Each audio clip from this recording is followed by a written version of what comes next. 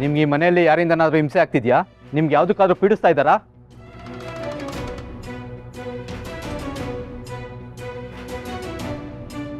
ಮದುವೆ ಮಾಡ್ದಾಗಿಂದ ಆ ಹುಡುಗಿನ ಆಚೆಗೆ ಬಿಟ್ಟಿದ್ದಾರೆ ಸಂಜೀವನ್ ಮನೆಯವರು. ಅದಕ್ಕೆ ಹುಡುಗಿನೇ ಪೊಲೀಸ್ನವ್ರನ್ನ ಕರ್ಸಿರ್ಬೋದು. ಊರಿಗೆ ಒಳ್ಳೆಯವನಾಗಿದ್ರು ಹೆಂಡತಿ ಜೊತೆ ಹೆಂಗೆ ನಡ್ಕೋತಾವನೋ ಏನೋ. ಅದೇ ಸರಿ ಬಿಡು, 4 ಗೋಡೆ ಮಧ್ಯೆ ಏನೇನು ನಡೆದಿರ್ತದೋ ನಮಗೆ ಯಾಕದಿಲ್ಲ. ಸರ್, ನಿಮ್ಮನ್ನು ಯಾರೋ ಮಿಸ್ಲೀಡ್ ಮಾಡೋದಕ್ಕೆ ಈ ಕಂಪ್ಲೇಂಟ್ ಕೊಟ್ಟಿರ್ತಾರೆ. ನನಗಿಲ್ಲಿ ಏನೂ ತೊಂದರೆ ಇಲ್ಲ. ಈ ಮನೇಲಿ ಯಾರಿಂದನೂ ನನಗೆ ಸಮಸ್ಯೆನೇ ಇಲ್ಲ. ನಾನಿಲ್ಲಿ ಆರಾಮಾಗೇ ಇದ್ದೀನಿ ಸರ್. 100%.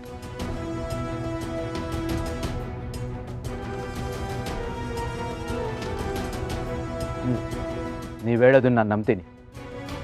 ಇವಾಗ ನೀವೇನು ಹೇಳಿದ್ರೋ ನಾಳೆ ನೀವು ನಿಮ್ಮ ಗಂಡ ಸ್ಟೇಷನ್ಗೆ ಬಂದು ಅದನ್ನೇ ರಿಟರ್ನ್ ಸ್ಟೇಟ್ಮೆಂಟ್ ಬರ್ಕೊಡಿ.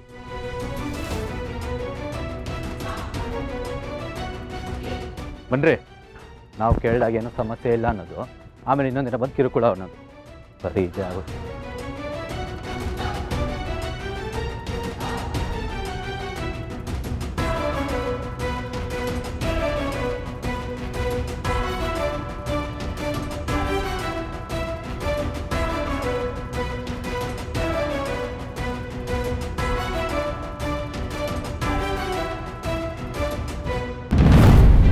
ಈಗ ನಾವು ವಿಚಾರಿಸಲೇಬೇಕು ಸರ್. ನಿಜ ಹೇಳಿ, ನಿಮ್ಮ ಮೊಮ್ಮಕ್ಕಳು ಮದುವೆನ ಬಲವಂತವಾಗಿ ಮಾಡಿದ್ರಾ? ಮದುವೆ ಒತ್ತಾಯದಿಂದ ಆಗಿರೋದು ಅಂತ ನನ್ನ ಮೊಮ್ಮಕ್ಕಳು ತಾನೇ ಹೇಳಿಕೆ ಕೊಡಬೇಕು. ಅದನ್ನು ಬಿಟ್ಟು ಹೊರಗಿನವ್ರು ಯಾರೋ ಕಂಪ್ಲೇಂಟ್ ಕೊಟ್ಟರೆ ಅದನ್ನು ಹೇಗೆ ತಗೋತೀರಾ ನೀವು? ಸರ್, ಅವ್ರಿಗೆ ಕಂಪ್ಲೇಂಟ್ ಕೊಡೋರ ವಿರುದ್ಧ ಬೆದರಿಕೆ ಅಥವಾ ಒತ್ತಡ ಇದ್ದಾಗ ಬೇರೆಯವರು ಕೂಡ ಕಂಪ್ಲೇಂಟ್ ಕೊಡೋ ಅವಕಾಶ ಇರುತ್ತೆ ಸರ್. ಯಾರು ಆ ಬೇರೆಯವರು?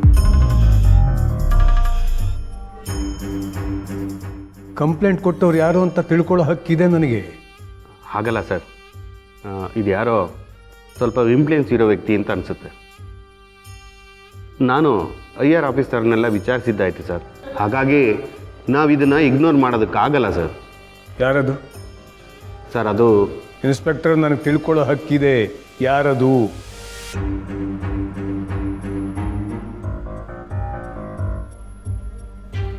ಅದು ಒಬ್ಬ ಬಿಸ್ನೆಸ್ ಮ್ಯಾನ್, ಜೈಶಂಕರ್, JS.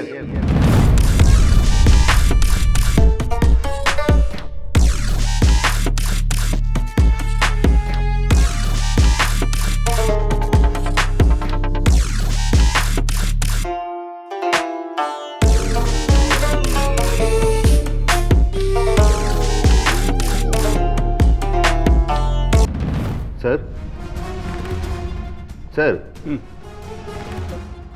ನಾನೀಗ ಕೇಳ್ತೀನಿ ಅಂತ ತಪ್ಪು ತಿಳ್ಕೊಬೇಡಿ ಸರ್.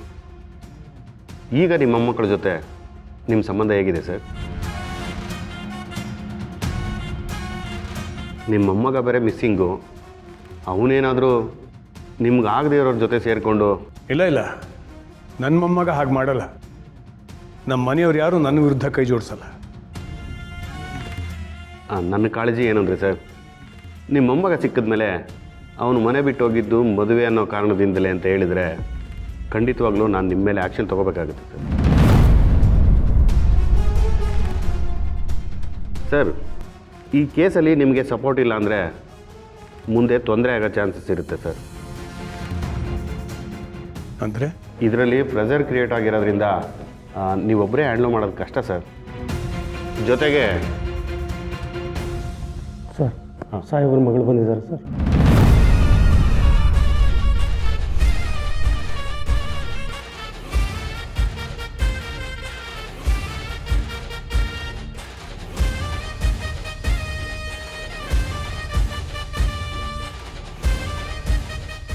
ಮೇಡಮ್. ಇನ್ಸ್ಪೆಕ್ಟರ್, ಯಾವ ಬೇಸಿಸ್ ಮೇಲೆ ಇವ್ರನ್ನ ಇಲ್ಲಿ ಕರ್ಕೊಂಡು ಬಂದಿದ್ದೀರಾ? ಮೇಡಮ್, ಅದು ಅವ್ರ ವಯಸ್ಸು, ಸಮಾಜದಲ್ಲಿ ಅವ್ರಿಗಿರೋ ಗೌರವ ಇದೆಲ್ಲ ಗೊತ್ತಿದ್ರೂ ಇವ್ರನ್ನ ಕರ್ಕೊಂಡು ಬಂದು ಪೊಲೀಸ್ ಸ್ಟೇಷನಲ್ಲಿ ಕೂರಿಸಿದಿರಲ್ಲ. ಸಾರಿ ಮೇಡಮ್, ಸಾಹೇಬರು ಜೊತೆಯಲ್ಲಿ ಯಾರು ಬರೋದು ಬೇಡ ಅಂತ ಹೇಳಿದ್ರು.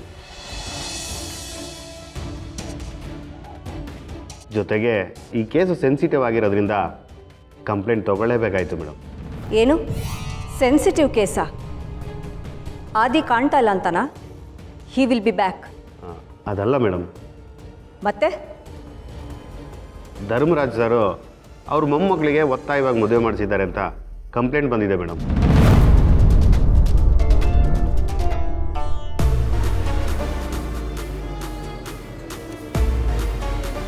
ನಮಗೂ ಗೊತ್ತಿದೆ ಮೇಡಮ್, ಸರ್ ಆ ಥರ ಎಲ್ಲ ಬಲವಂತದ ಮದುವೆ ಮಾಡಿಸಿರಲ್ಲ ಅಂತ.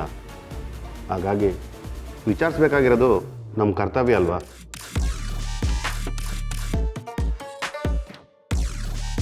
ಮೇಡಮ್,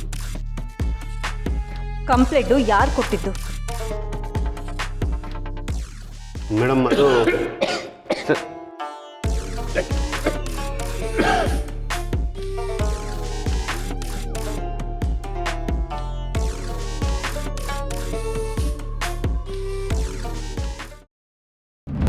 ಮೇಡಮ್ ಅದು ಯಾರು ಕಂಪ್ಲೇಂಟ್ ಕೊಟ್ಟರು ಅಂತ ಕೇಳ್ತಾ ಇದ್ದೀನಿ ಸರ್.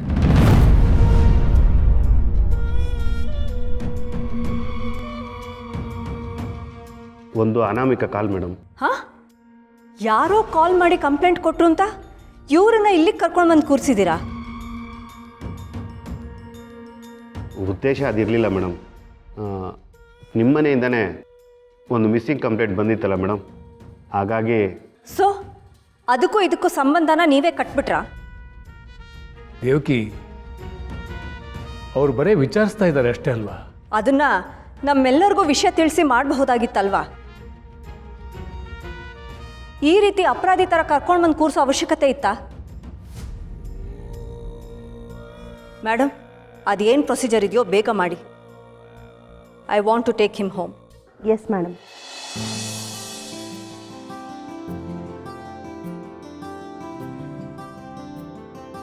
ಮೇಡಮ್, ಅದೆಲ್ಲ ಈಗೇನು ಬೇಡ. ನೀವೇ ಈಗ ಹೇಳಿದರೆ ಹೇಗೆ ಮೇಡಮ್? ನಮ್ಮ ಟೆನ್ಷನ್ನು ಸ್ವಲ್ಪ ಅರ್ಥ ಮಾಡ್ಕೊಳ್ಳಿ ಮೇಡಮ್. ಈಗ ಏನಾಗಬೇಕು? ಇವ್ರ ಮೊಮ್ಮಕ್ಕಳು ಬಂದು ಒತ್ತಾಯದಿಂದ ಮದುವೆ ಮಾಡಿಲ್ಲ, ನಾವೇ ಒಪ್ಕೊಂಡು ಮದುವೆ ಆಗಿದ್ದೀವಿ ಅಂತ ಸ್ಟೇಟ್ಮೆಂಟ್ ಕೊಡಬೇಕಾ? ಅಷ್ಟಾದರೆ ಸಾಕು ಮೇಡಮ್. ಕೊಡ್ತಾರೆ. ಮೇಡಮ್, ಪ್ರೊಸೀಜರ್ ಏನಿದೆಯೋ ಬೇಗ ಮಾಡಿ.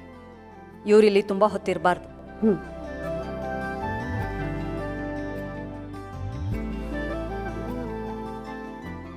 ಇನ್ಸ್ಪೆಕ್ಟರ್, ನಾನೀಗ ಇವ್ರನ್ನ ಕರ್ಕೊಂಡು ಹೋಗ್ತೀನಿ. ಅಮ್ಮು ಮತ್ತು ಆದಿ ಆದಷ್ಟು ಬೇಗ ಬಂದು ಸ್ಟೇಟ್ಮೆಂಟ್ ಕೊಡ್ತಾರೆ. Okay madam. ನಡೀರಿ, ಹೋಗೋಣ.